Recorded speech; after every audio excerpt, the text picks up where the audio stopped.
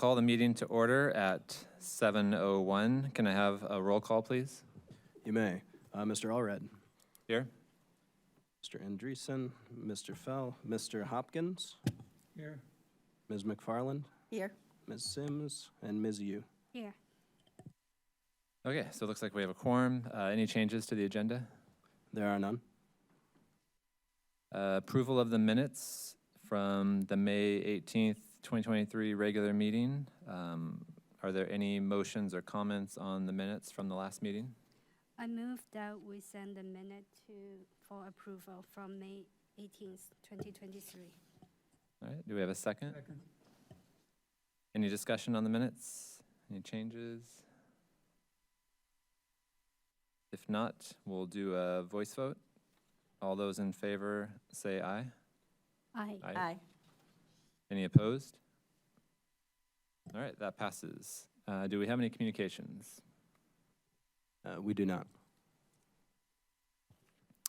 And we have no continued public hearings or unfinished business, which brings us to our new public hearing for this evening. Plan case number 2476, PUD 23, an application by Marty Smith on behalf of Carl Foundation for a residential planned unit development located south of Federal Drive and north of Dory Miller Drive and Carver Drive in the R3 single and two-family residential and R4 medium-density multiple family residential zoning districts.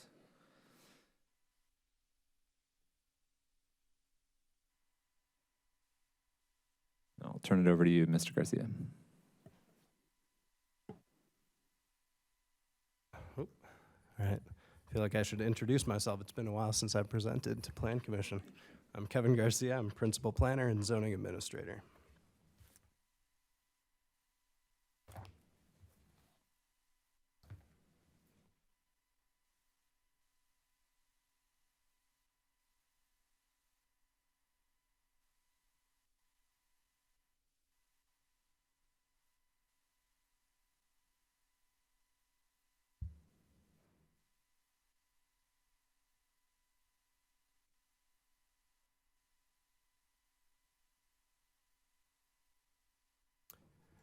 Okay, good evening.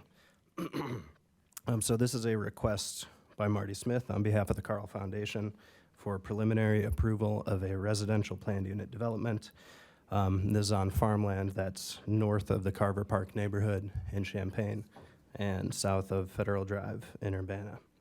The initial phase of development for this planned unit development would include 30 small homes and a community center to provide permanent supportive housing for medically fragile and chronically homeless people. The request also includes a waiver to build fewer parking spaces than required. This request tonight is for preliminary approval of a PUD only. They would need to come back in the future for approval of a final planned unit development. So just to give a little bit of context, this location is in sort of the far northwest corner of Urbana, or the part that's northwest but still south of I-74. It's on the border of Urbana and Champaign, as you can see here. And this site, the site for this proposed planned unit development would occupy the sort of the southern half of this larger site here, and it's an 11.5 acre site. As far as we can tell, it's always been used as farmland. There's a map of current land uses. So you see this area is farmland. Again, to the south you have the Carver Park neighborhood. There to the west and to the north, and then a little bit to the southeast there are some churches. To the north there are light industrial, mostly office uses, and then there's some vacant land to the east as well.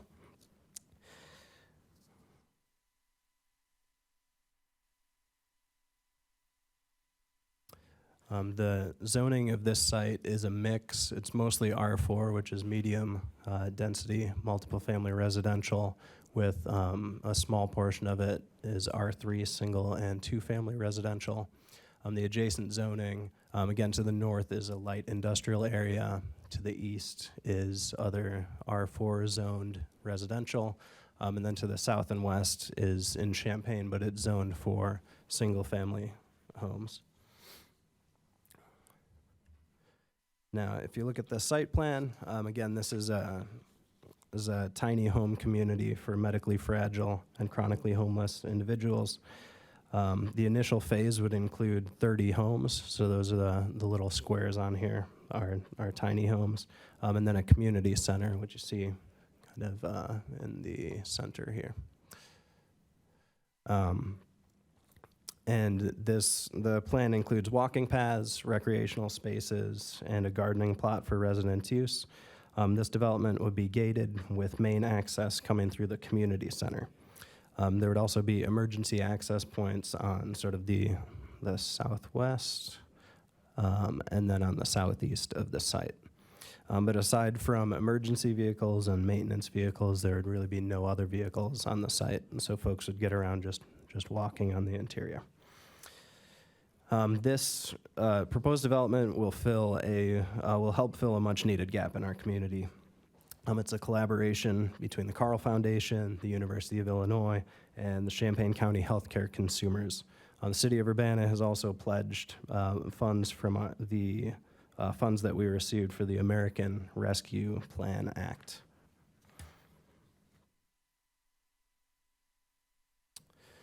The comprehensive plan identifies the future land use of this area as institutional, which this proposed use meets that designation.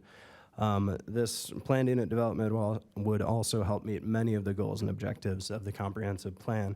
I won't go through them all. They're detailed in the staff report on page 3, but there are over 20.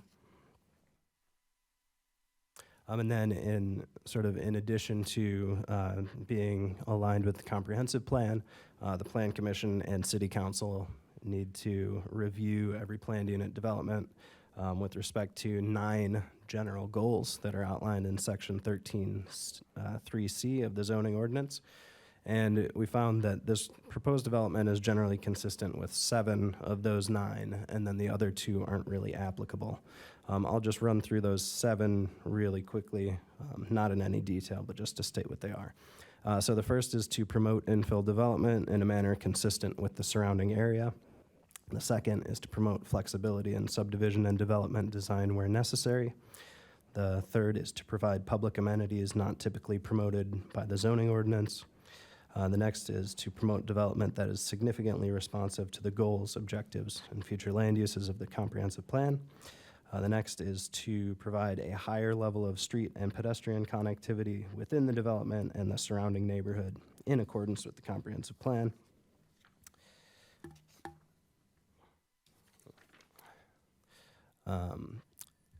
The next one is to coordinate architectural styles, building forms, and building relationships within the development and in the surrounding neighborhood. And finally, to encourage the inclusion of a variety of public and private open space, recreational facilities, greenways, and trails not typically promoted by the zoning ordinance. So the purpose of planned unit developments is to encourage development that really goes beyond the minimum zoning and development standards of typical development. In addition, planned unit developments have to be on at least half an acre, which this site is. They also have to qualify under one of 4 criteria, those being a mixed-use development, a conservation development, infill development, or a unique development. This proposal qualifies as a unique development because it significantly responds to the goals and objectives of the comprehensive plan. As I stated in my opening, the request also includes a waiver for parking. The zoning ordinance requires 2 parking spaces for every house, regardless of its size or who's living there. So even tiny homes require 2 parking spaces. So in this case, the zoning ordinance would require 60 parking spaces for the 30 tiny homes, plus additional parking for the community center and for staff and visitors.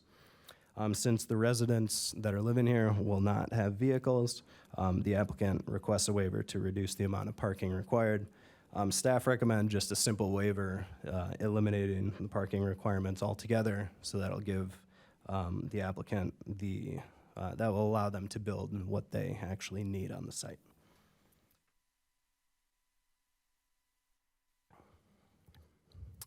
I did want to mention, before I wrap up, the applicant held a neighborhood meeting on Tuesday of this week. I sent out a supplementary memo this morning detailing that meeting. I was not able to attend the whole meeting. It lasted for 2 hours. I had to get to a council meeting in the middle. But it was a well-attended meeting. There were, I counted 25 members of the public that showed up to that meeting, and that was in addition to project staff from the applicant's team, and then 2 city staff were at that meeting as well.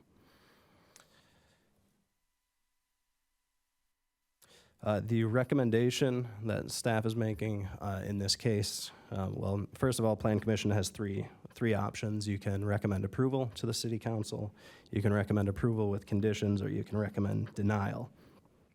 Staff recommend a recommendation of approval with two conditions. And I apologize, I meant to add this second one to the staff memo, but neglected to put it in there. But the first is that the final development plans, when they come in, be in general conformance with the attached site plan. And then the second is that the final development plans include sidewalks that connect the development to Carver Drive.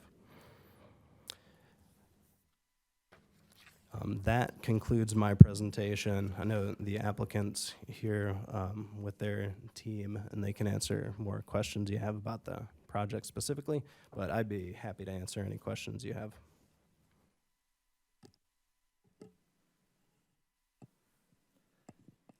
Thanks, Mr. Garcia.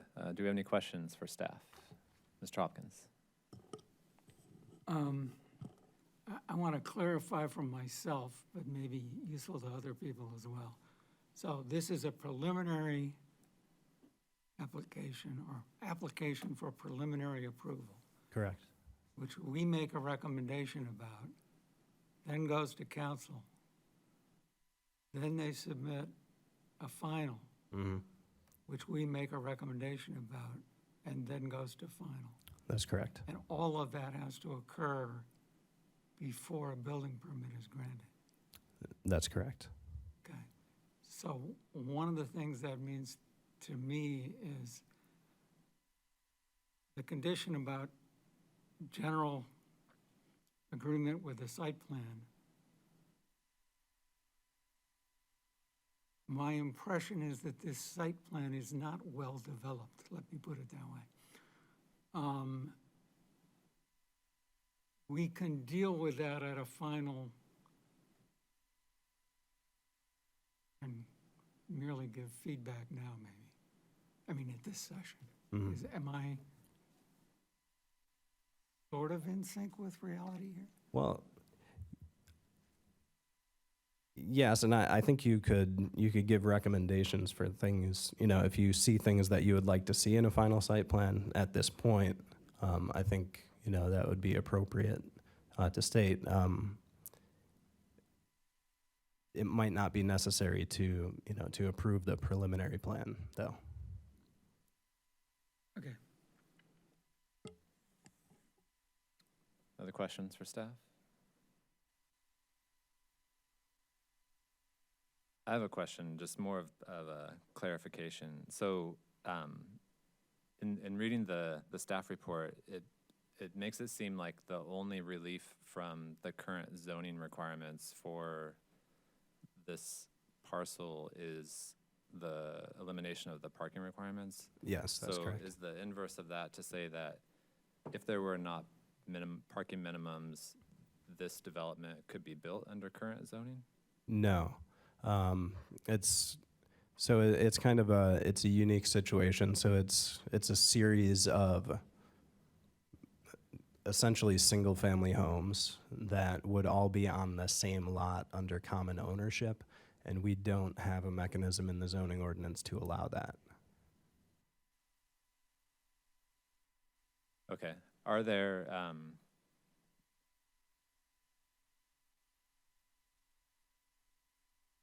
are there other development guidelines that, apply? Because when I look through the zoning ordinance, the closest thing that sort of makes sense for governing development with something like this is like a mobile home park, which is not to say it's a good fit, but Yeah. there are development standards that go along with that. Like where are the development standards coming from that are being applied to this that might relate to Mr. Hopkins' question about guidance for how the site plan, is put together? Right. Well, I mean, since it's a planned unit development, we would look at the recommended design features for planned unit developments, and this being a preliminary application, it doesn't need to get into those details. Although the application does ask which ones an applicant intends to incorporate into the final site plan. So those are the ones in Table 13.2 in the zoning ordinance. So that's Right. what we would be looking for. But we don't know necessarily which of those have been addressed by the current site plan or the current proposal. Right. Yeah. So I didn't go through and actually, do like a checklist of it because it's not really the appropriate time to do that. Okay. When the final one comes in, that's when we would really look and make sure that it's checking those boxes. Okay.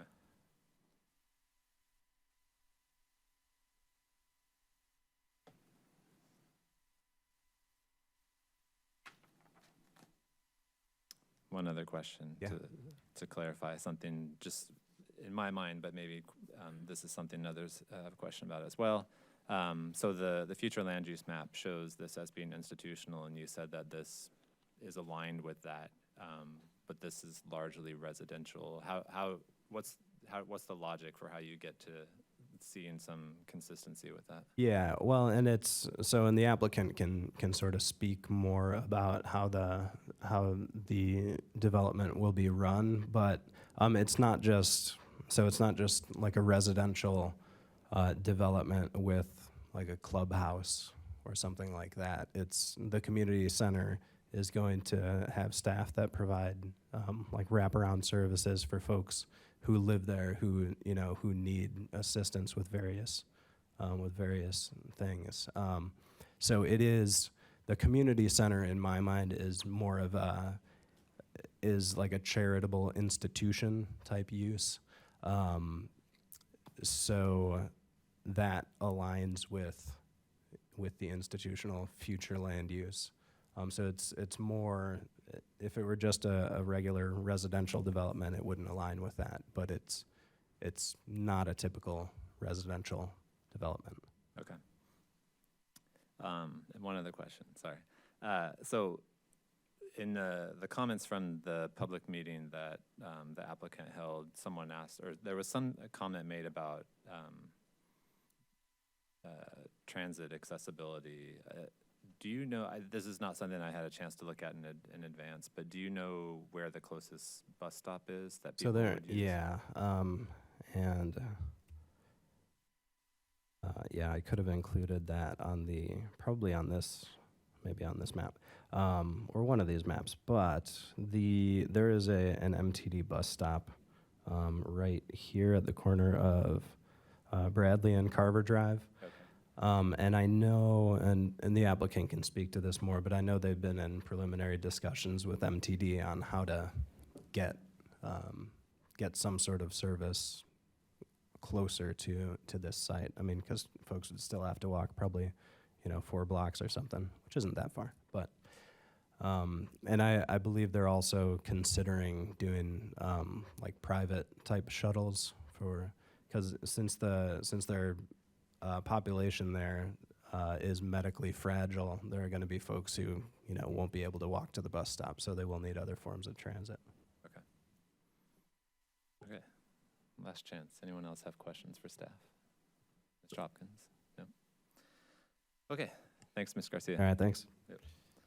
Okay, so I'll briefly go over the rules for a public hearing. The petitioner or the applicant will be given a chance to address the commission first, and we may have some questions for them. And then anyone in favor will be allowed to address the commission, followed by anyone opposed.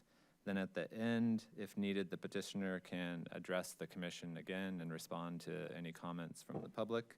Then we'll close the public input portion, discuss, and possibly entertain a motion to vote. So at this time, I'll ask the petitioner or the applicant if they're interested in addressing the commission. Thank you. I just want to make ourselves available for any questions you may have regarding the overall project. Just a quick overview. This is a project that's geared for a specific population. Marty, is that mic on? I can't tell. You're also welcome to come up and sit at the table if you'd prefer.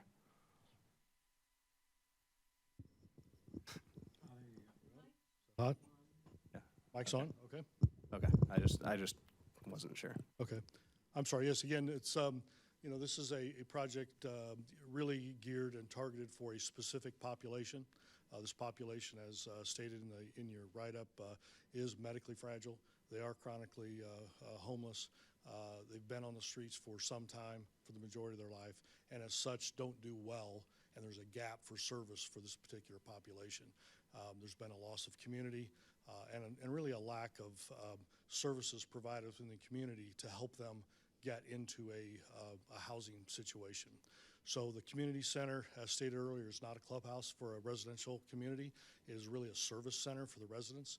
There'll be caseworker offices there, real intense wraparound service, learning classes, learning teaching kitchen, community room, laundry services, and really just the community center is set up to serve the needs of the particular residents.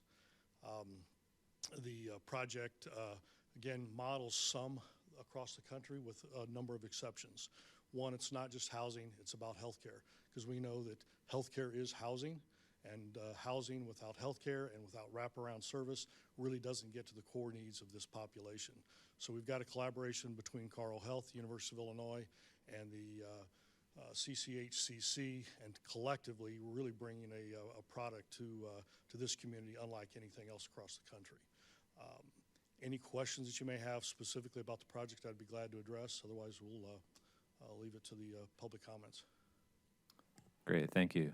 Do we have any questions for the petitioner? Mr. Hopkins? What entity owns the parcel of land? Right now, the parcel of land is owned by Carle Health. It will be conveyed to the not-for-profit organization Hope Village, Inc., which has been established with the state of Illinois, but has not yet received its not-for-profit status. And that will include the entire Tract 1 and Tract 2? It'll include just the 6-acre tract or the final platted tract for Hope Village. The balance of the land will be retained by Carle. And there will therefore be a subdivision? Yes.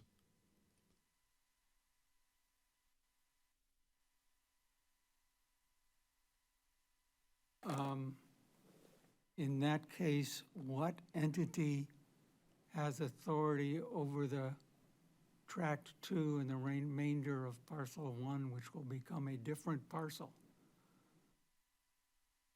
I'm not sure I understand the question.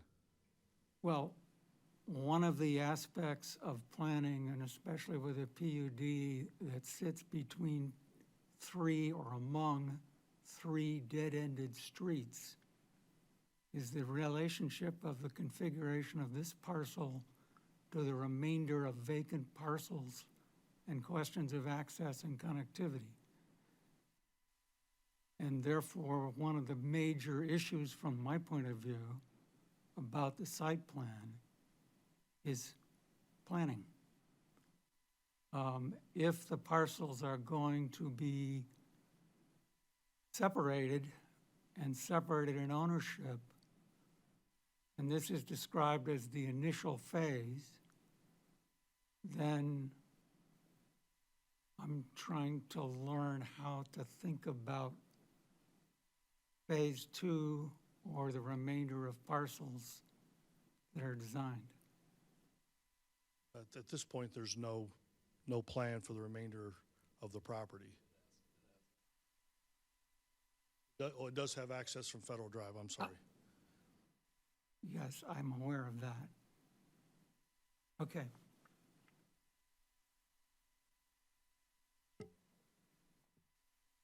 Anyone else? Questions? Oh, Go for it. that one. 30 tiny homes, the number I saw was 137 homeless, the last count. How are the 30 residents chosen? If I could, I'd like to have Claudia Lenhoff with CCHCC. Yeah.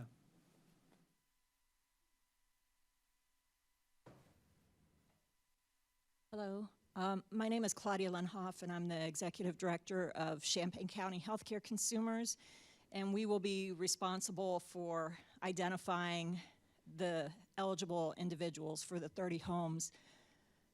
The point-in-time count, is that what you're referring to? I guess so. I mean, I Yeah. read it, so I don't, you Yeah. know more about it than I do.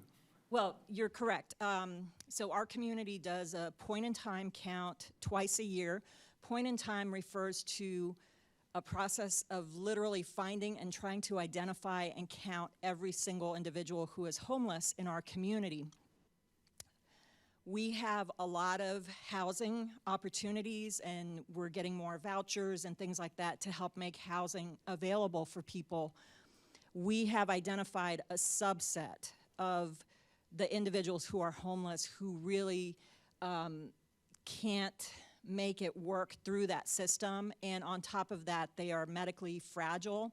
So there's a sense of urgency for finding homes for them. So the way that we would identify the people who would qualify for this is there are two main criteria. One is a history of chronic homelessness, and also that they are medically fragile. So typically, when we're thinking about that, a lot of times we're looking at homeless individuals who are a little bit older, maybe 50 or older. And I think in that point in time count, there were 9 who were unsheltered, I believe, and then a few more who were sheltered, coming up to about 17. So that's how we were, when we decided on 30, we were looking at a previous point in time count and trying to figure out that specific subpopulation of homeless individuals.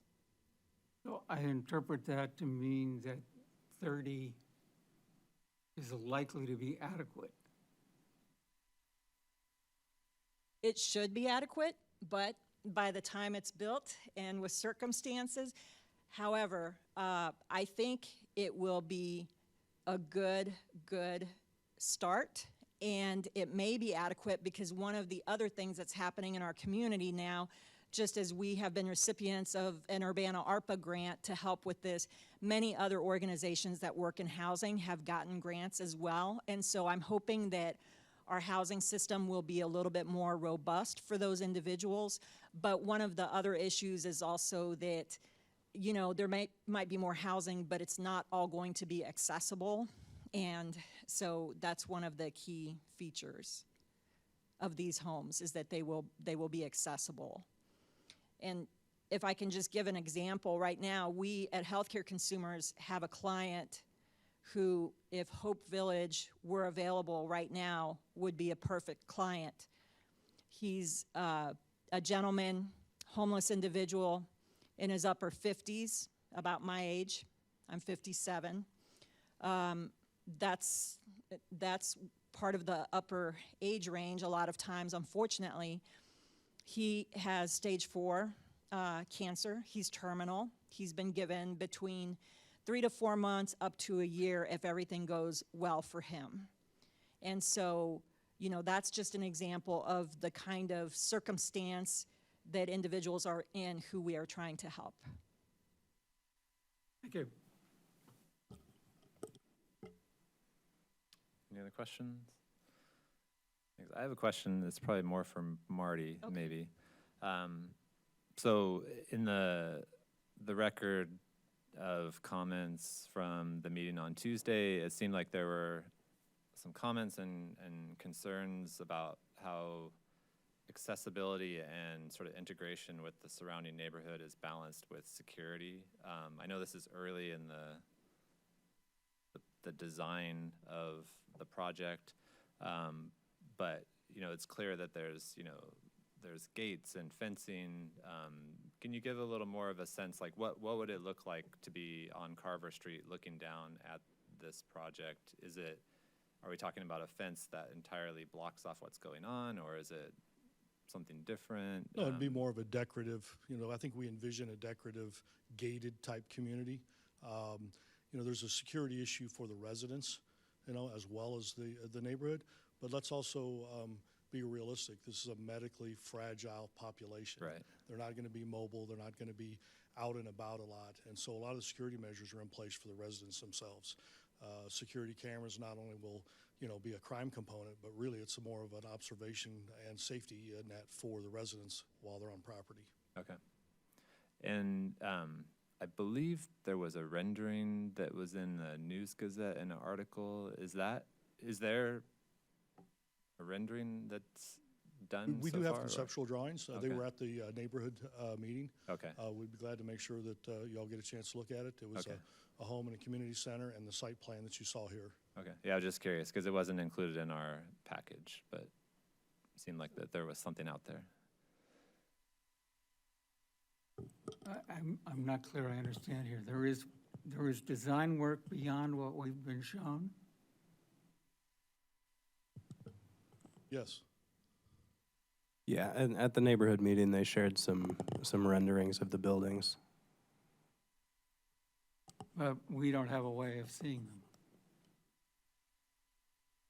them.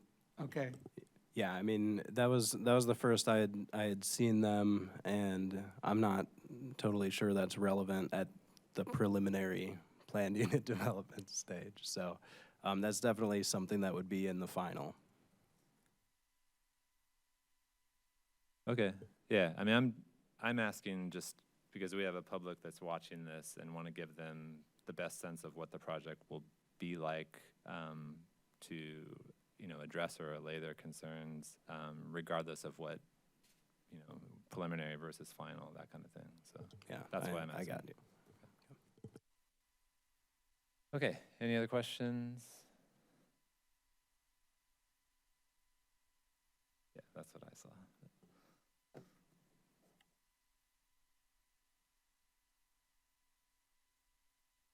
Okay, thanks, Marty.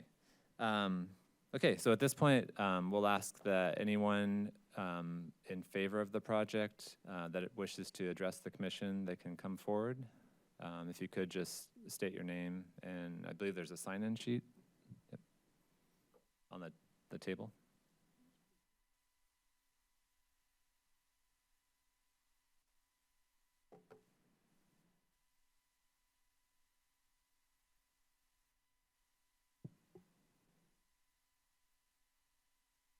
Yeah, you're welcome to sit as well.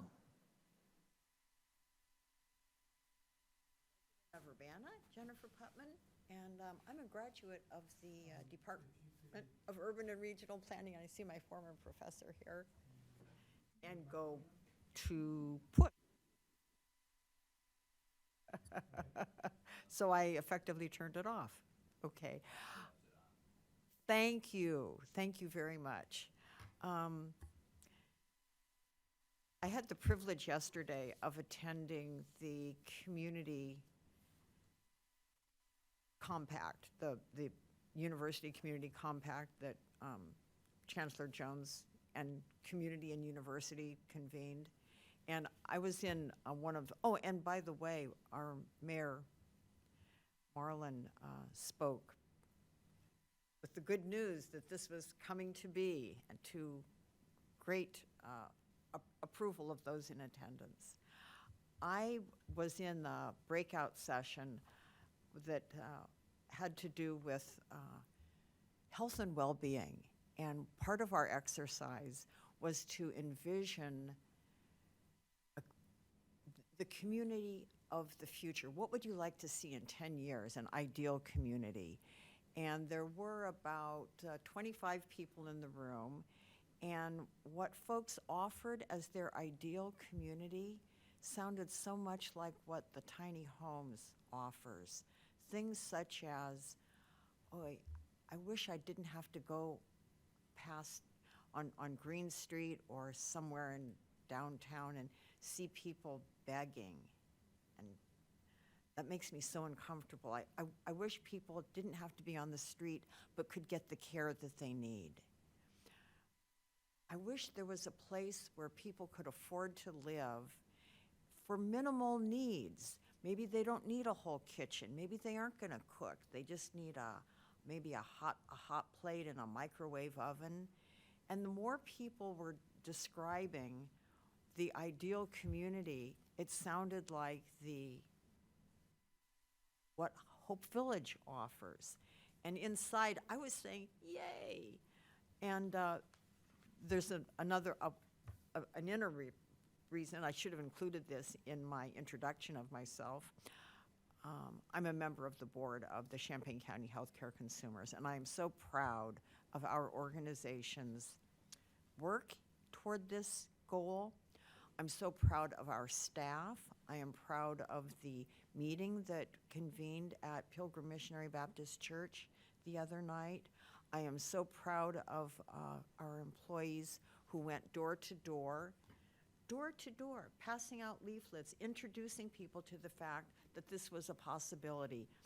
You know, Professor Hopkins, this is like real planning. This is like, wow, this is really what we were taught in school back when the BURP, the Bachelor's in Urban and Regional Planning, which I think I better get out of here before Professor Hopkins says, you're gonna have to hand back that diploma, young lady, who's not so young anymore.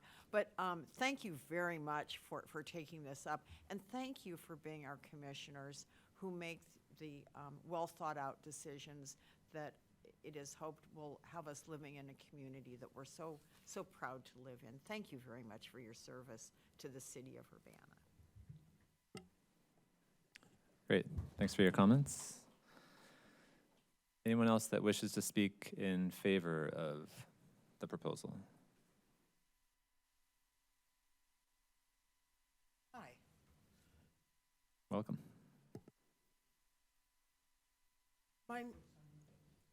Oh.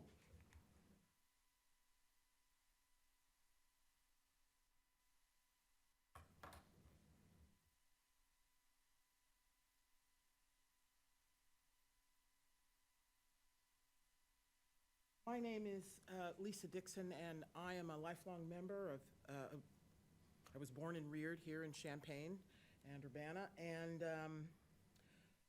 I was also in attendance at the Tuesday Pilgrim Baptist Church meeting, and I just wanted to say, in terms of being in favor of that, that I am most definitely not a religious person, but that I hope I am a moral person, and I do believe that the idea of doing for the least of us is the same as doing for the most of us. And I've been involved with Champaign County Healthcare Consumers for many years, and I have found that that organization always seems to have the care for the least of us in our community at the forefront of their mission. And I think that the Hope Village, the Tiny Homes Village, is a really concrete example of what we as a city and a county can do for those in our community, again, who are, quote unquote, amongst the least of us. As I listened to, because I had not heard a lot of the information, but as I listened on Tuesday to all of the planning around the Hope Village, all the security planning, all the planning in terms of having folks there who would be caseworkers for the people there, it seemed really well thought out to me. It seemed, it is obvious that we cannot meet every single possibility that may come up, but it seems to me that this is well thought out both in its intention to help those who are unhoused, but also in its intention to integrate into the community as opposed to be separate from the community. And I think that's incredibly important. You know, there's a kind of lesson we can take from many other types of villages in some of the Scandinavian countries and other places in Europe that, and even other places here in the US where these things have happened. And I would love for Champaign-Urbana, for Urbana especially, to be a leader in that area in terms of helping and working with those of us who are less fortunate in terms of housing. So I am, for what it's worth, wholeheartedly in favor of this, and as I was listening, I was inspired and was already planning on figuring out how could I be of service to that. You know, could I be someone who helps to drive people to the grocery store? Could I be someone who helps to drive people to doctor's appointments? Those sorts of things. And I think the creation of Hope Village will, in some ways, make it easier, not just for the folks who are members of the village, but also for those of us who want to find a way to work for our community, not just in terms of giving money, although that's always important, but also in terms of how can we be wholeheartedly members of our community and helping others out. So that's what I wanted to say in favor of the project. Thank you. Great, thanks for your comments.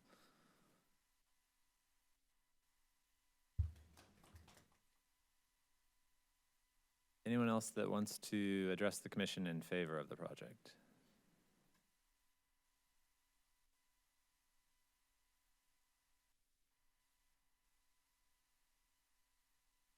All right, anyone that wants to address the commission in opposition of the project? Please come forward, state your name and sign in. Yes. Thank you.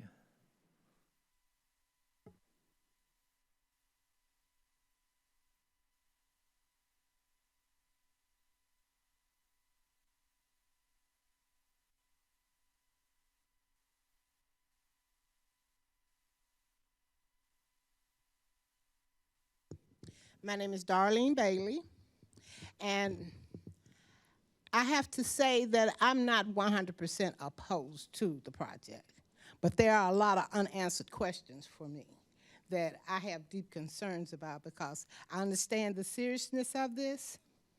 I see these people, I ride MTD, and I interact with these people, so I understand the concern. But there are also concerns on the other end as well. And I have spoken with Marty concerning another meeting, whether it's small or large, however it be, and he's agreed. But it's just, for me, there are a lot of other issues that can arise that I think that we need to have control over before we go into this, because I have been linked as part of that community. And I don't know how that happened, but it has. So therefore, I need to know for myself and my safety where this is actually going, because there's a lot of things to untangle here. And, you know, for instance, will this only be for medical fragile people? How many stages are there? Will there be other residents that's added after a certain phase, you know? Because when I asked the question about the homeless population, it was 137, I believe, in 2021. But now I think it's 194, I was told. Okay? Out of 30 people, you still got to, potentially, because there's some you probably didn't reach. Out of 194 people, you choose 30, you still got 164 left. Someone is going to think that this person doesn't deserve it no more than I do. So you're going to have other underlying factors that's going to surface with this as time goes on. And there are many other questions that I would have, but I can eliminate them down to a few, okay? I can clump them together. But again, I would like to say that I'm not 100% opposed, but there are some questions that I feel need to be answered for me or for the community that I don't feel comfortable with right now. as living in that community and dealing with those people in the community on a day-to-day basis. There are times that I will have them cut my yard. I know these people. I ride MTD, and I understand these people. And there's a lot of other underlying factors there, too, that may not have been considered that might need to be. So after saying that, thank you so much, and please take this under consideration. Mr. Hawkins? Thanks for your comments. You have a question? Just, if you're willing to say, do you live in the Carver Park neighborhood? Actually, I live on the corner of Beardsley and Carver. It's the block there between me and Carver Park. It's just right on the other side of Bradley. Okay. And there are a lot of accidents in that area, right there at that corner. So there are other things we need to consider. Thank you.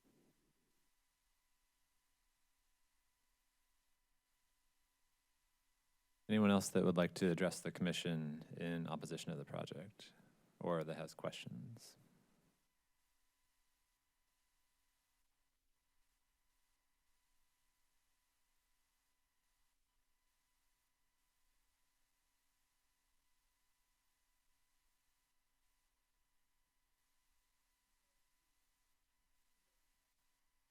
Okay.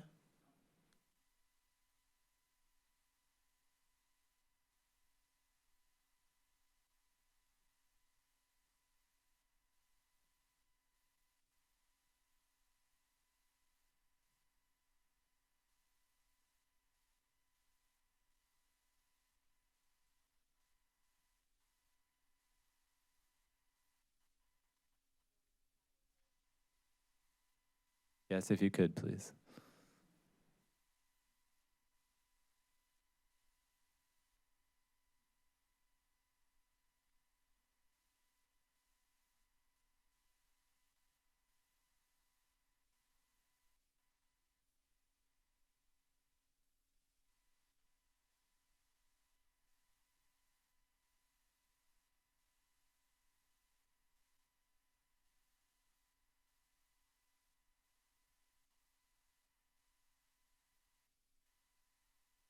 Evening. I live in Carver Park. I was raised in Carver Park. I live on Bethune. And for that particular area, it's not a big area. We have school buses up there. We have Amazon trucks.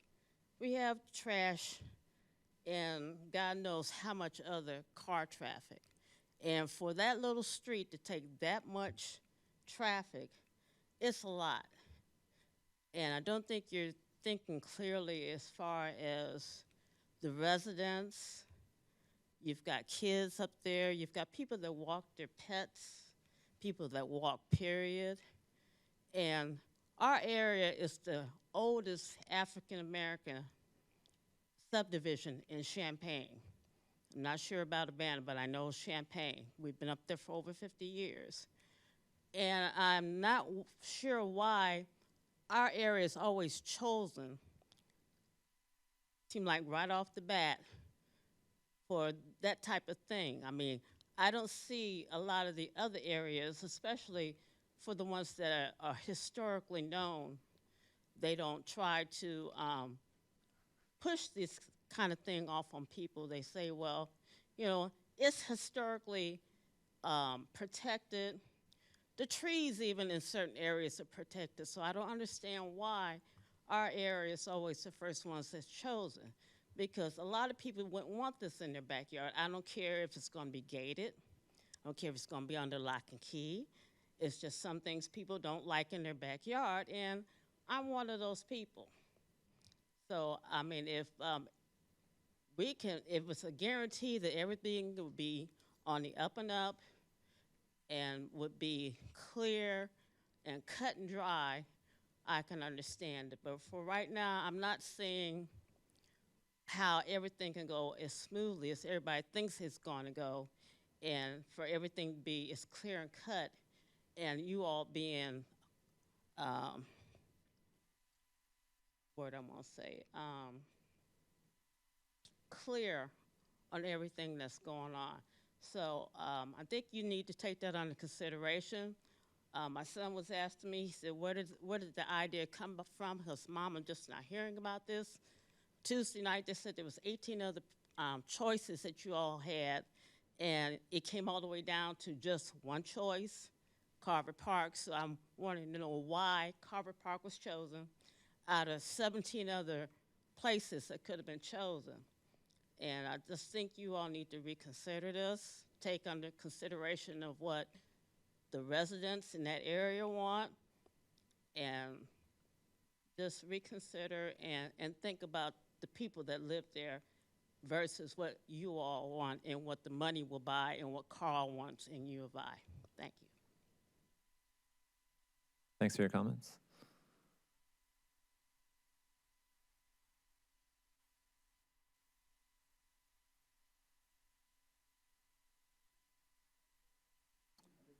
Yeah, if you could sign here, thank you.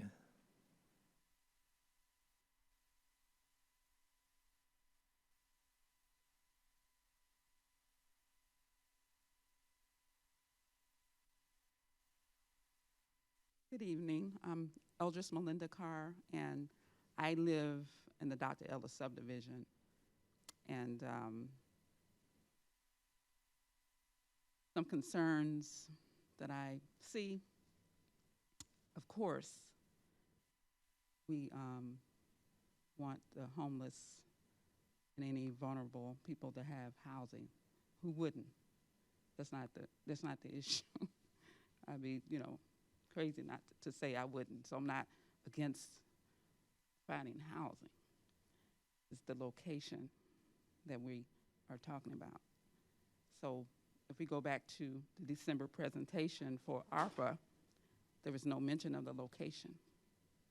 Then in April, when our alderperson, Sharice Hersey, mentioned that the location pops up all of a sudden, and she even voted against it on April 10th. She voted for it. I mean, it was on a consent agenda April 17th. I don't know why her vote was changed. I couldn't get her today because I was going to ask her. But she voted against this, and she, was very clear about her position, saying, her challenge with not against, like I said, not against housing, but local location, where we're already dealing with difficult situations in the area that we're in. And the north side, or the north end, which the previous speaker just mentioned, we're sort of warehoused. That's the history of the north end, warehoused. And so African Americans are blacks. And so she talked about, our history for benign neglect, and she wished this particular project could find another location that would provide more amenities of those they want to serve. We have a difficult time already. She mentioned that, Carr could have been doing this 30 years and talking about doing it now.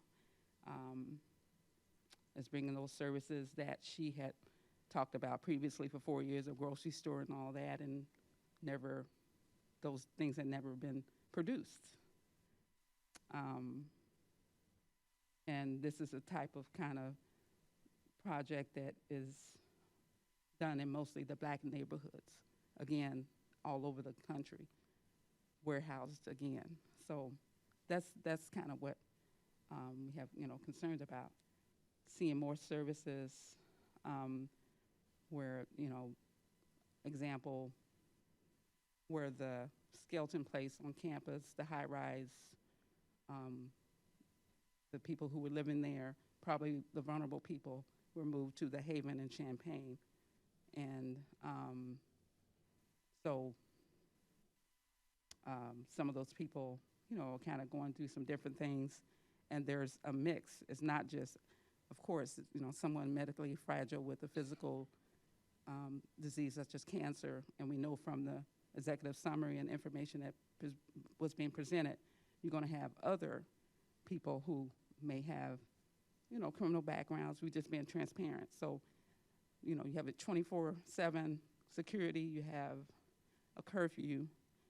You have some of these things that sounds like a low security type of correctional rehab facility, because it's not being zoned as a residential area, such like a institutionalized facility. So that's, it's the feel of it that it's not, being in a residential area, it's the feel of the facility. Of course not, we want to help, but what's the right fit for providing this housing for those who need it? And so, having been part of the Dr. Ellis, I missed this because I was fighting the sewer issue that's been for 50 years. We just got, a 1.2 million after 50 years of fighting. People have been fighting after being warehoused. And then all of a sudden pop up, we're going to have grocery and all this. So just imagine how we feel. Imagine how we feel. So it's not against the project, of course. We want to do what we can. I'm a minister of the gospel, so of course. It's the location and how all of a sudden it's dropped. And we don't have a say. We don't give notification for feedback. It's after the fact. It's, somebody said a done deal. So we want to be recognized and have respect for the people on the north end, that the same respect of if it were in Virgin Commons or Stone Creek, this place would probably be full. So that's the concern. Of course not the project. No.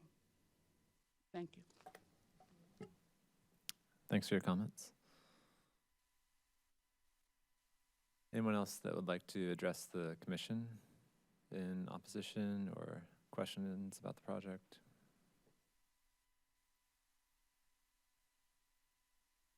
Sure.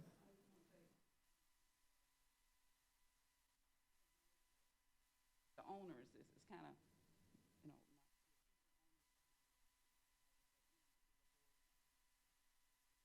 identified later, so they're unknowns. And for our concern, I didn't mention this. Dr. Ellis, with things that are going on, there's rumor, with what might happen with our area, the expansion, how it's going to impact Dr. Ellis. People have been getting a lot of calls, with their properties. So there's concern about how this is going to impact us long-term with federal monies being used in one area, and then how it's going to impact our subdivision with all the issues we've had. Okay, thank you.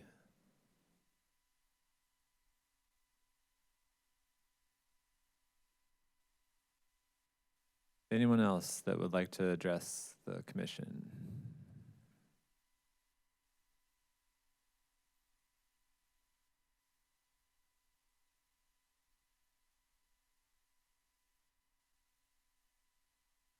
Okay, at this point, I'll give the petitioner, Marty, a chance to respond to any of the comments if you'd like.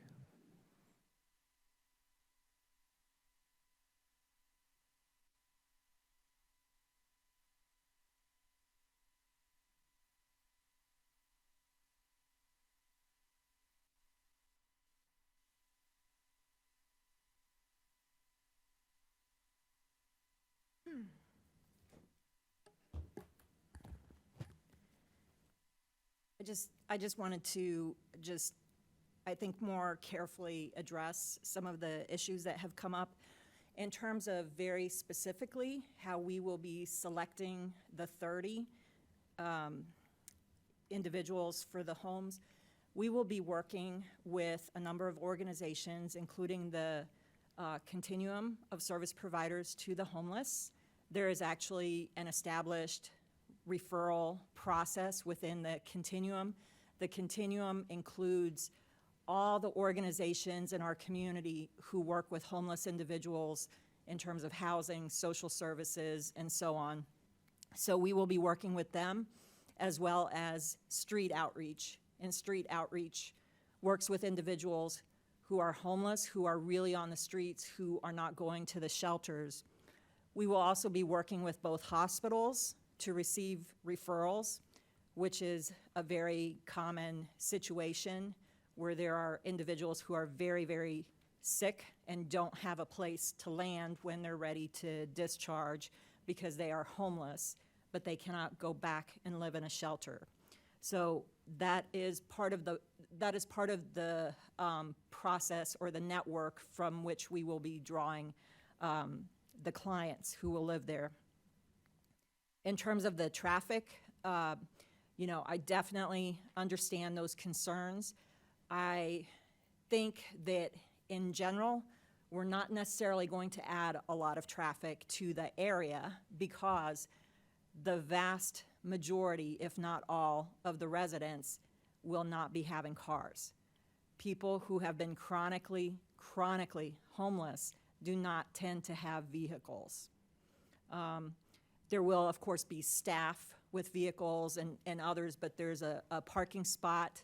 We won't be parking on Carver Drive or in the neighborhood. We will be parking on the property. In terms of the site selection, Marty can probably speak to this better than I, but we were looking at, within Urbana, about 18 different properties. Not all of those properties were for sale. Not all of those properties met the requirements in terms of size and other things that I'm not an expert on. And there were, I believe, offers to purchase some other properties, and they were too large or they were unwilling to sell. And we actually worked with city staff to help identify appropriate properties. And then the other thing that I just wanted to mention, and that we talked about at the meeting on Tuesday, we will have a continual commitment from our 3 organizations to this project for the long term. This is not something that we're just gonna set up and walk away from. Carl is committed to this, the U of I is committed to this, and Healthcare Consumers is committed to this. So it's not something that's going to, you know, fall out of our hands and go into, you know, disrepair or not be managed well. We are, you know, this was a serious commitment that we made when we embarked on this process. So, and we will continue to work with neighborhood residents and the rest of the community and anybody else to try to troubleshoot any issues of concern and to try to mitigate any issues that you know, maybe there are things that we have not talked about. We're at an early stage, but we do feel that our planning has been very focused, intentional. We have also really thought about the location, given that this is the location, how we will structure everything, how we will manage things, and we will do our best, not just for the residents of the village, but also for the neighborhood residents and for the community as well. Thank you. Thanks. If I could just to address a couple of the comments that I think might be useful to get responses to in particular. There was a question about whether or not the eligibility sort of standards could change in the future. So and this might be a question for staff as well. So the PUD has language that describes this as a facility for medically fragile homeless. Was there the possibility that that could change, or is that language going to be included in the PUD agreement that would govern how this facility is used? I'd not really considered that. I mean, I suppose it's something that we could consider. You know, we could consider adding some language about that. But I mean, the more specific you get with certain things, then you know, you don't want to tie your hands later. So, you know, if there are only 17 people, are you just going to have 13 homes sitting vacant? Does that make sense to legislate that into it? I don't know. That's a question. Right. Well, I think that's the question of some of the comments that we're getting tonight and that I saw being raised on Tuesday as well. So, yes. If I may, I don't see that changing. I don't, this is a sad statement to make, but I don't envision that, I don't envision a possibility in this community when we will have no homeless people. The number one cause of homelessness, number one cause is not drugs, alcohol, mental illness, it's the cost of housing. That is the number one cause of homelessness. So unfortunately, I think it's going to be a very long time before anybody who is homeless, or before we stop creating more homeless individuals. But then within that population, there are going to be always people who have been chronically homeless for a number of reasons and who are medically fragile. And in fact, nationwide, there is an increasing percentage of homeless individuals who are seniors in their 70s and 80s who become homeless after a spouse dies or something like that happens. I just don't envision a possibility when we would change our mission and our focus and our purpose here. And the other thing is that these homes have been designed very much with that in mind, as almost as a model for aging in place, actually, because, you know, that's basically what's going to be happening with this population. I know you're asking about it more from a planning perspective, but from a programmatic perspective, I just don't see that changing. Do you have a question? In the site selection process, and I think you said Marty would be, were any other sites at any stage in the process made public? No. No. I mean, we had a list from the city of potential locations, 18 to 19 locations. We vetted each location for constructionability, compatibility with the surrounding areas, and we made an offer on another project, which was unattainable. And this site really came down to an ideal location as it relates to the the services to the site, the affordability, and it didn't require any demolition of existing homes or other structures. Right. My question was pretty specific, and that is simply none of it never reached a stage where there was any public discussion of alternative sites. No. And that was going to be my follow-on question, was if you could articulate a little bit about why this particular site makes sense for this particular facility. Is there anything else you'd add beyond what you just described? You know, we have utilities to the site, so it wasn't a complete undeveloped site surrounding it. Again, it's zoned properly from the get-go. We weren't going to, have to take the process of rezoning. We feel, in looking at other similar projects across the country, it was very compatible in the neighborhood setting. Again, we've got bus service, and the surrounding amenities really worked well for this project. I think we've taken the neighborhood into account and provided the safeguards and the amenities that'll also be a benefit to the surrounding neighborhood. All right, thank you. Any other questions, follow-up? Mr. Hopkins? No? All right, thank you. More. Sorry. Do we have anybody here from the design team? We do. So can we ask them to? Yes.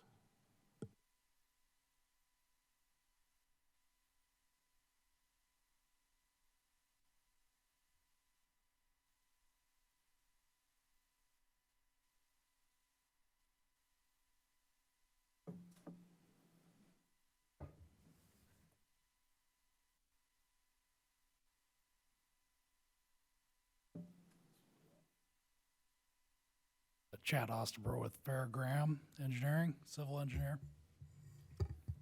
Brian Kessler with Architectural Expressions. I'm one of two architects working on the project. Reefstack Reed is the other. Who? Reefstack Reed. Okay.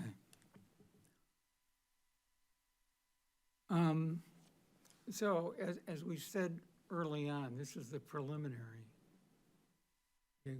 You got to come back for the final. And at the final, it's on. Oh. It's the human that's the problem. So there's a level of questions, but for the preliminary, and then there's sort of feedback that's more pertinent to the later. And the part of the difficulty with some of this is at some point we're going to get into weeds that other people, most other people are not going to want to deal with. But I'll try. So from the perspective of the design team, you're being assigned only the initial phase and have no responsibility for the rest of Tract 1 or Tract 2? Well, if you're referring to the remainder tract to the north, I mean, it still has all access to all the utilities. Right, that's not the question I asked. The question I asked is, in your design brief, you are at the moment only dealing with the initial phase as described in this. Is that the case? Yeah, we're only designing for the Hope Village development. Right, okay. Development to the north, there are no plans for that. You know, we're making sure we're not painting ourselves into a corner. Well, okay, that's not clear to me, okay? And that's sort of the issue. So in a general perspective, the general layout maybe implies that Phase 2, which might include a connection to Dory Mills Drive, at least this is included in some of our information.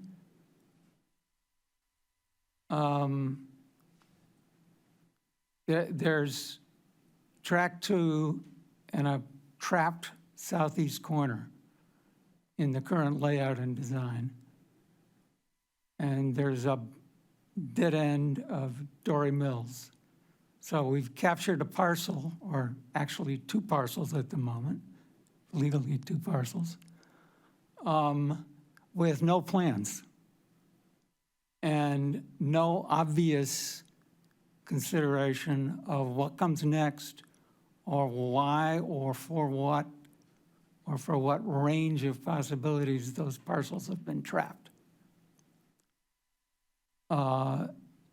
And if I understand this correctly, Tract 2 will still be owned by Carl. I'd like to clarify, everything south of the north fence line will all be one parcel. Okay, so it'll be reparceled.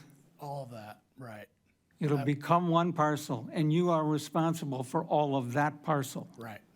Okay. And why, so again, I apologize for asking the questions, but this is what matters.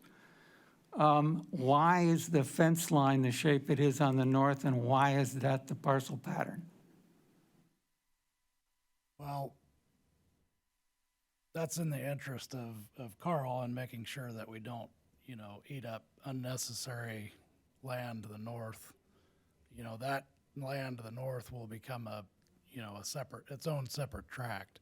And there, like I said, there's no plans for that right now. but So you made this unusual shape of a parcel because it happened to fit the layout and you wanted to reserve as much land for something else as possible? How would you prefer to see the line drawn? If we drew Well, it straight with that? The guess point it's- is, I would expect it to either follow some infrastructure issue, and the infrastructure coming through the site that's identified, is that agricultural drainage, or is that something else, because you don't say on your drawing? You've got an infrastructure right-of-way drawn, but not labeled. everything on here is, on this site is private. I think for the record, we have since drawn that line straight across now. It just made more sense to make it due east and west, the north line due east and west. But Okay, this is, we picked that line because that's all we needed for this development. I mean, I don't know how else to answer that. We Okay. simply have So- a parcel that's bigger than what we need for the development we're okay, trying to but then build. you trapped the southeast corner and didn't use it. It's not trapped. It's part of the parcel that we're working on right now. It may be programmed space for community gardens or some other amenity to the village. Okay, so why not make the link to Dory Mills Drive now and spread the traffic, foot and otherwise, out on 2 streets instead of 1? So we don't intend to extend Dory Mills through this development because we want to limit the traffic. We don't want Federal Drive connecting to Dory Mills in any way, shape, or form. I wasn't talking about connecting Federal Drive to Dory Mills. I'm talking about connecting your parking lot to Dory Mills now, which you even identify as a possibility for Phase 2, whatever Phase 2 is, but Phase 2 hasn't been talked about. So I guess what I'm trying to get at is there are 2 kinds of issues here from my point of view. One is what some of the opposition has been talking about, which is why us? And the second is, why done in this particular way? It seems to focus all of it on one of our little residential streets of single-family homes that we actually own, and not think about the access. So for an example, construction access ought to come from Federal Drive. Because you own the whole parcel, you could come from Federal Drive for construction and not have all of that going up Carter. Yeah, For the deliveries and other things, you could actually think about ahead of time how access from Federal Drive for servicing an operation of 30 residents, at least 5 staff, because we've been told there can be security, which is presumably 24 hours. We're hearing it's going to be staffed 24 hours with something other than security. The caseworkers have 5 to 6 individuals per caseworker.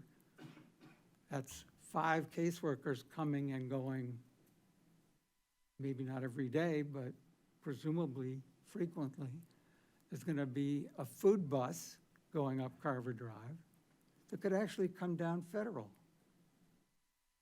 So I think there are other ways to use the property and site you have to mitigate the implications of why us. And I think you haven't. So that's my main concern about the preliminary. we want to be conscious of the demographic that we're serving here too. We don't want to force these residents to have to travel to a bus station up Federal Drive all the way around. I didn't say they have to go to a bus station for the live. I talked about concrete trucks for construction and access for service vehicles. And there's nothing in this preliminary site plan that suggests that we're going to focus our construction traffic on Carver Drive. I think that's something, if we need to come off Federal, I think absolutely folks would be open to that. And I think that's a great suggestion. As far as extending Federal Drive to the site, I mean, there's an issue of economy here too. We're working with, limited funds, and that's a major, major cost item. Okay. Somebody owns that parcel. We know how roads get extended. In any case, I think I've sort of made my point.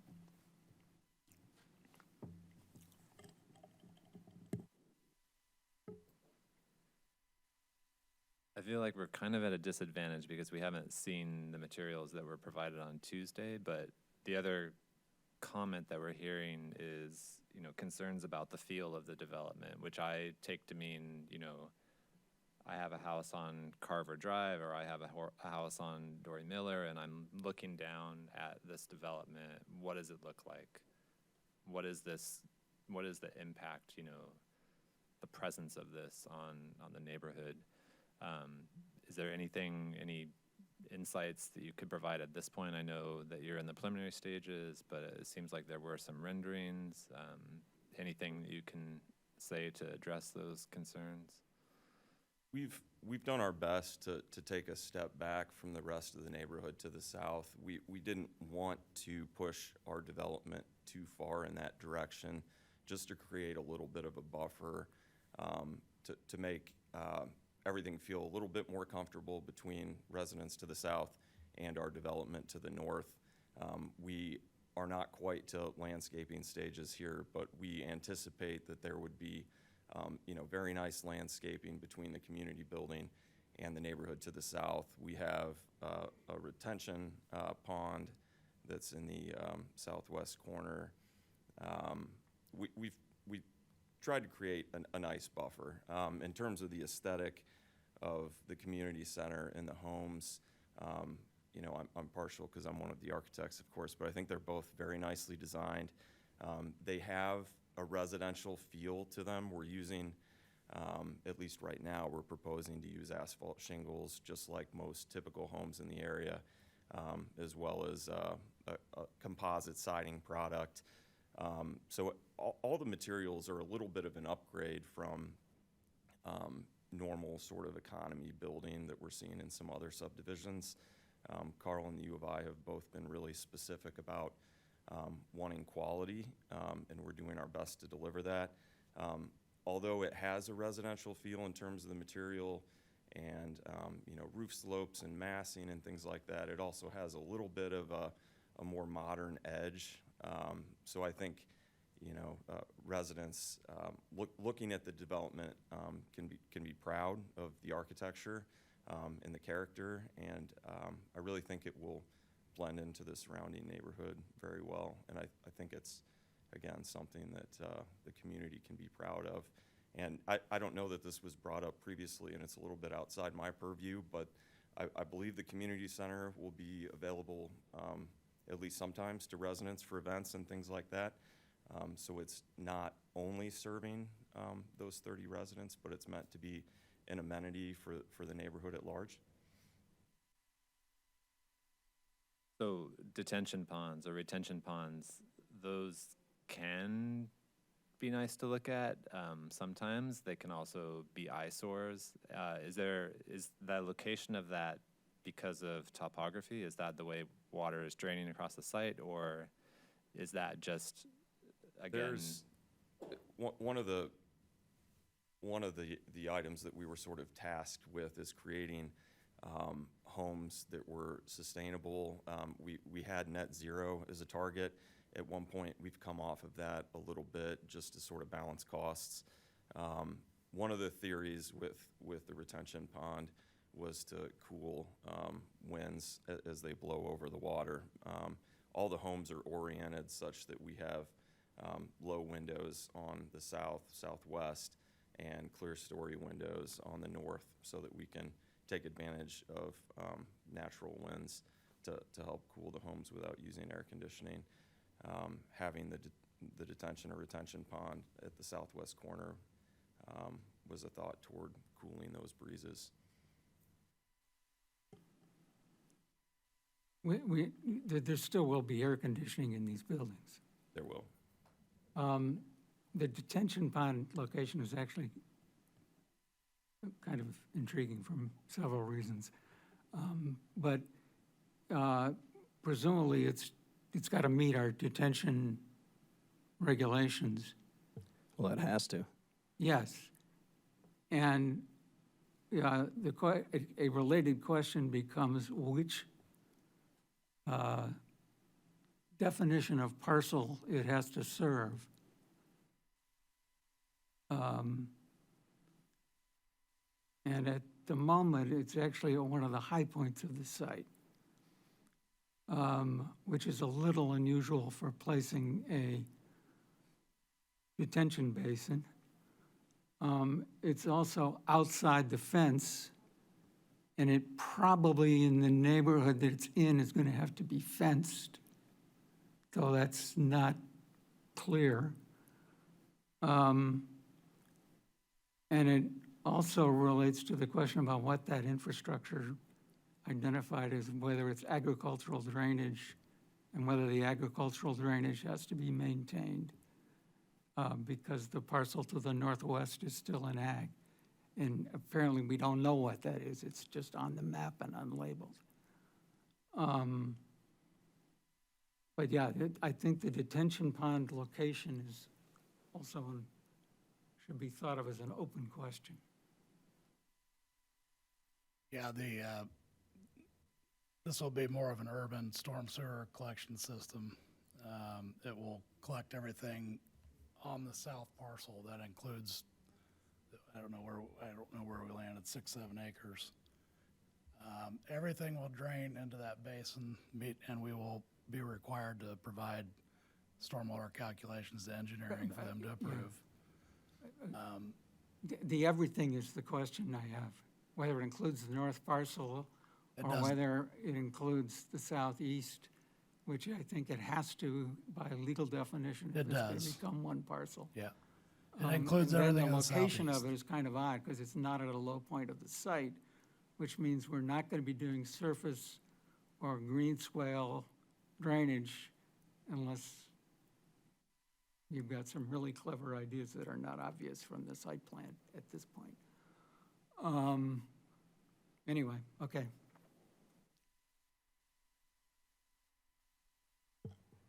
Can I jump in to give a little sort of education on sort of preliminary versus final development plans? I mean, I've been here since 2014. I think this is the first one I've seen come in that weren't sort of at the same time. So so I'm learning a bit as we're doing it.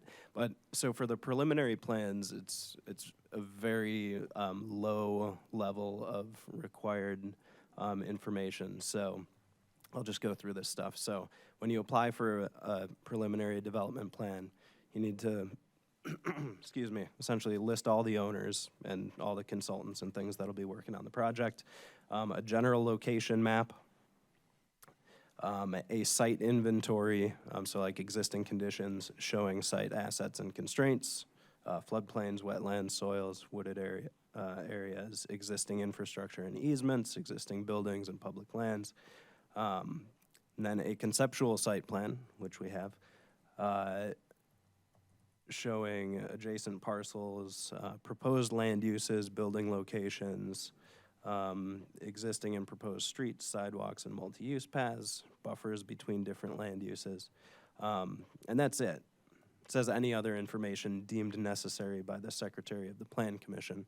That's me.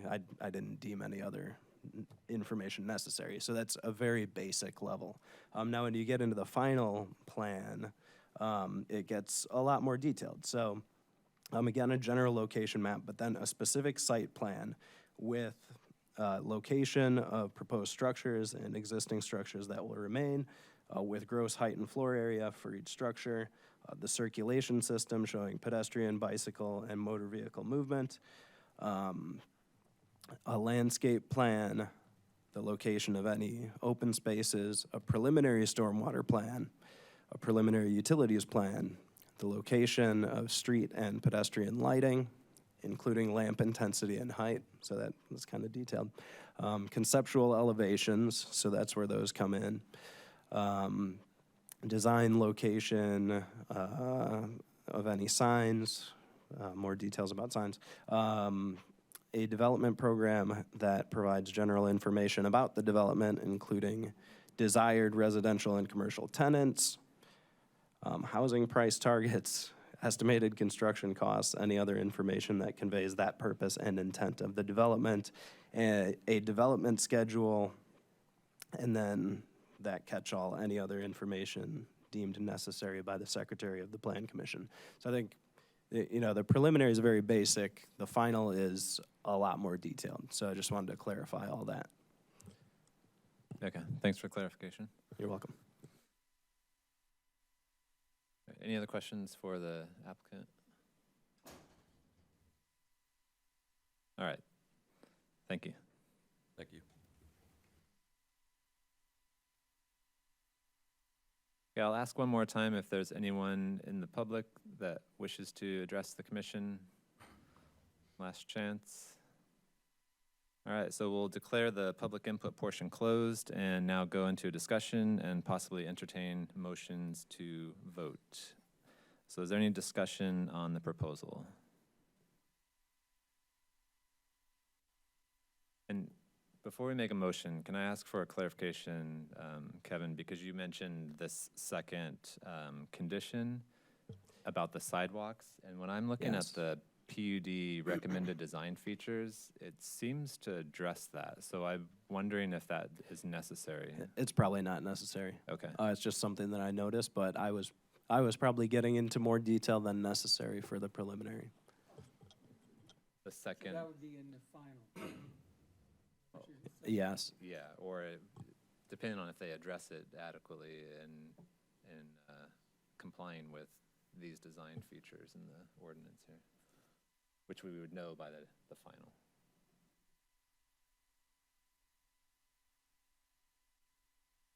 Okay. So, any discussion?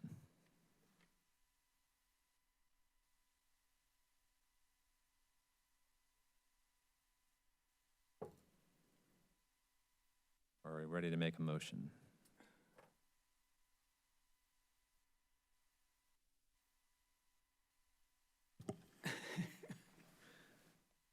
I don't know that I want to start with a motion.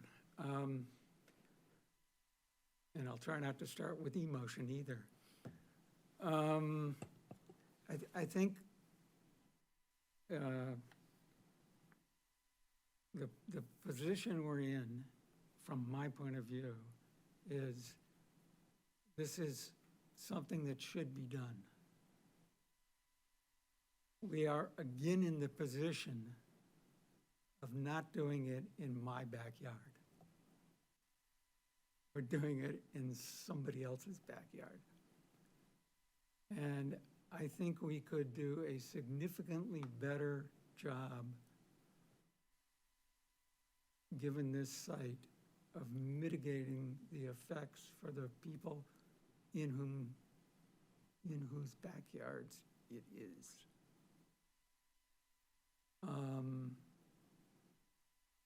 And for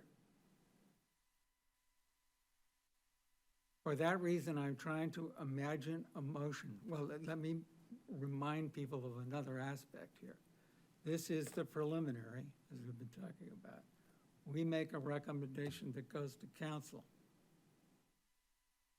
Council then acts on the preliminary. And I don't know when that might occur. The council meeting on July 3rd, or is that council?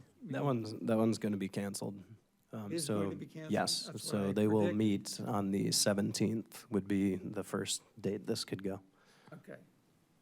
So the preliminary goes to the council on the 17th.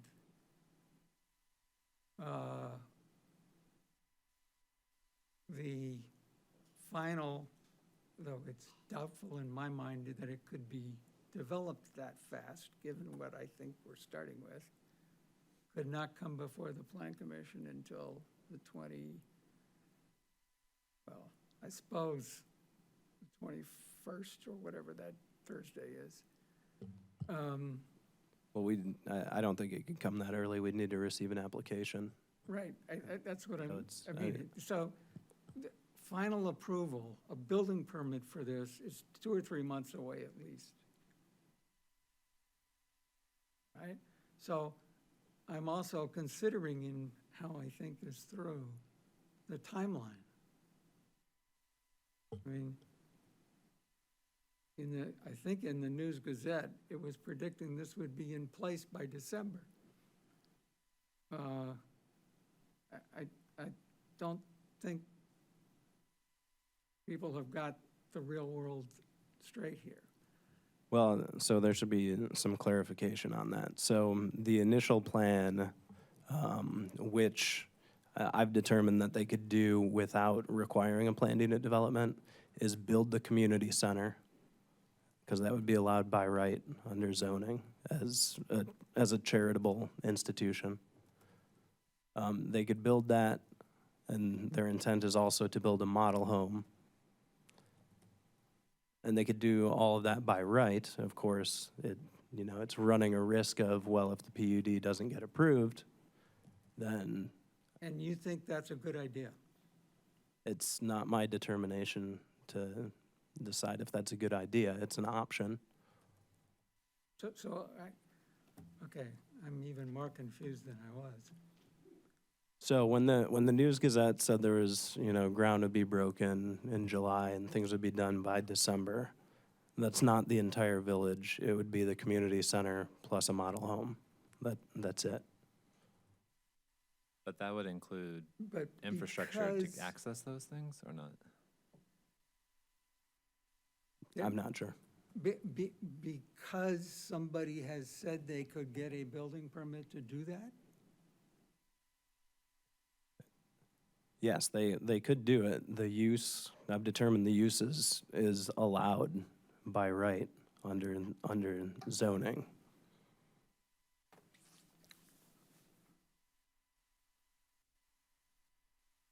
When you say mobile home, you mean all the 30 little house will be mobile home plus No, a community center? No, model home.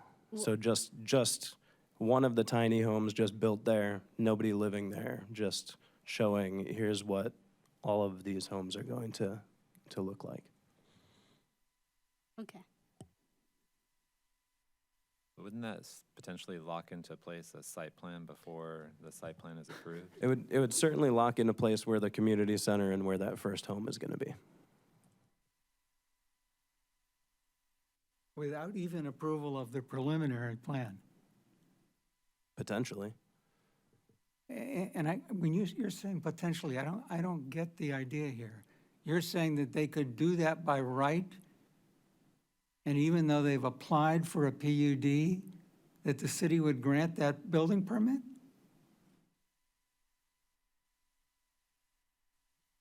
Yes. I mean, if you want to do something by right, we can't stand in the way.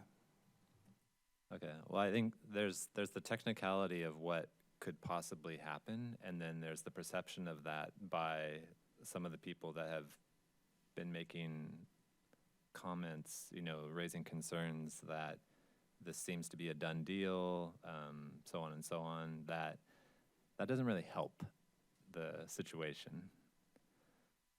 That's a concern I have. And I was confused in the news by reading the News Gazette article as well, exactly what that meant, but that clarifies things. So,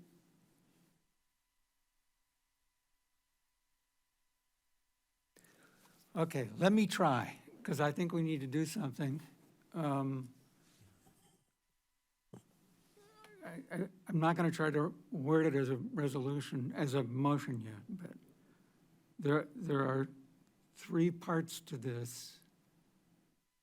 One is to recommend approval of a preliminary application, and that because of timeline issues, which I think are relevant. Conditions on that no construction on the site under the proposal for a PUD may occur before approval of the final PUD application. The parking waiver that's already in there, and that wasn't one of my three. I just now remembered it. And the third is that the final application is not significantly constrained by the preliminary site plan. And the final application will take significant steps to mitigate the impacts on the neighborhood to the south. Can I offer an alternative? Okay? Well, knowing that this can't go to committee of the whole until the 17th, and that there can be another plan commission meeting on July 6th, if the plan commission wanted to describe the types of things that you might like to see to make the site plan better, then that would give them some time to come back with a revised preliminary plan for your review on July 6th. I mean, I have two reactions. One is, I'm not planning to be here on July 6th. Fair enough. Which may be to their benefit, so they may like that idea. The other is, I don't think that the kinds of things I have in mind can be figured out that fast. What I'm trying to do is say that if we treat this as very much preliminary and say, okay, we're gonna make it work somehow in this site despite its problems. So let's not delay the timeline. But then let's acknowledge that we're going to take some time and do something to mitigate the implications. And that's not going to happen between now and July 6th. Can I add something? So the implications or the impact to be mitigated, I don't think necessarily comes from the four of us. I think it comes from the neighbors, the people who live adjacent to the site. And it sounds like they feel like it was a rushed process to meet with them on Tuesday and for them to have been able to give, significant feedback. It sounds like there was some discussion about another meeting being held between the applicant and adjacent property owners, the community. I think that's something that I'd like to see as part of the condition. So it's not just us describing what we think, although we might have ideas, what should be done to mitigate some of these impacts. I think there should be attempts made to engage with the surrounding community, the surrounding neighbors, to address their concerns specifically. So I would add that to your condition.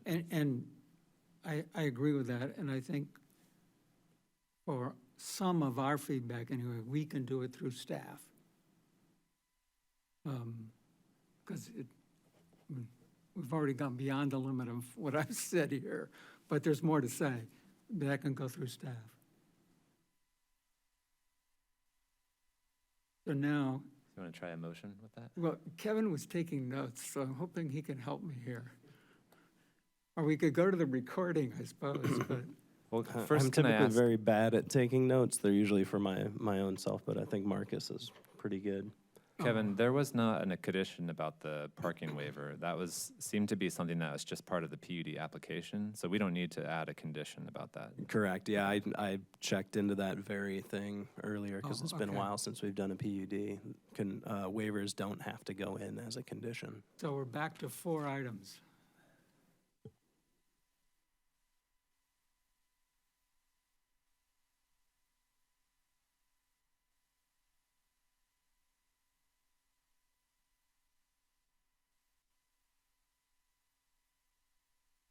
Be with the community, neighborhood.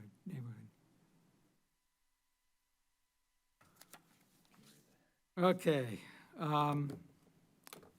so, if we're going to this trouble, and nobody else has said anything, I'm assuming that this is worth putting forth as a motion.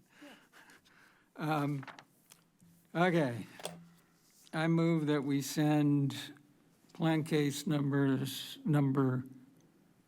2476 PUD 23 to the city council with a recommendation of approval with the following conditions. No construction can occur on the applied for site until approval of the final PUD. The final is not constrained by the preliminary site plan, and major steps to mitigate impacts on the neighborhood will be developed in the final site plan. And an additional meeting with neighborhood residents will be conducted. All right, so we have a motion by Mr. Hopkins. Do we have a second? Second. All right, a second by Ms. McFarland. Any further discussion? All right, could we have a roll call, please?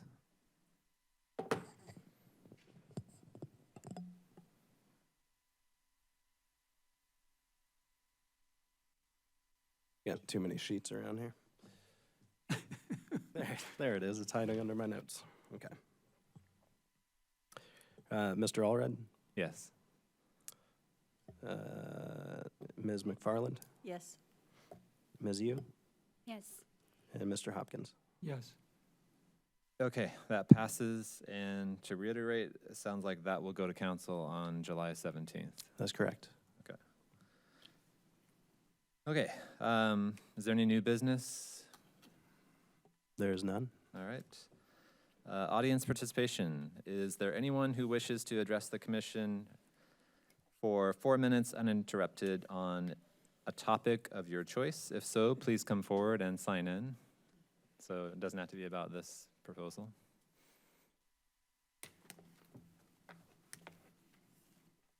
All right. Doesn't seem like we have any takers. Do we have a staff report? We do not. And no study session, in which case we are adjourned at 8:49. Thanks, everyone.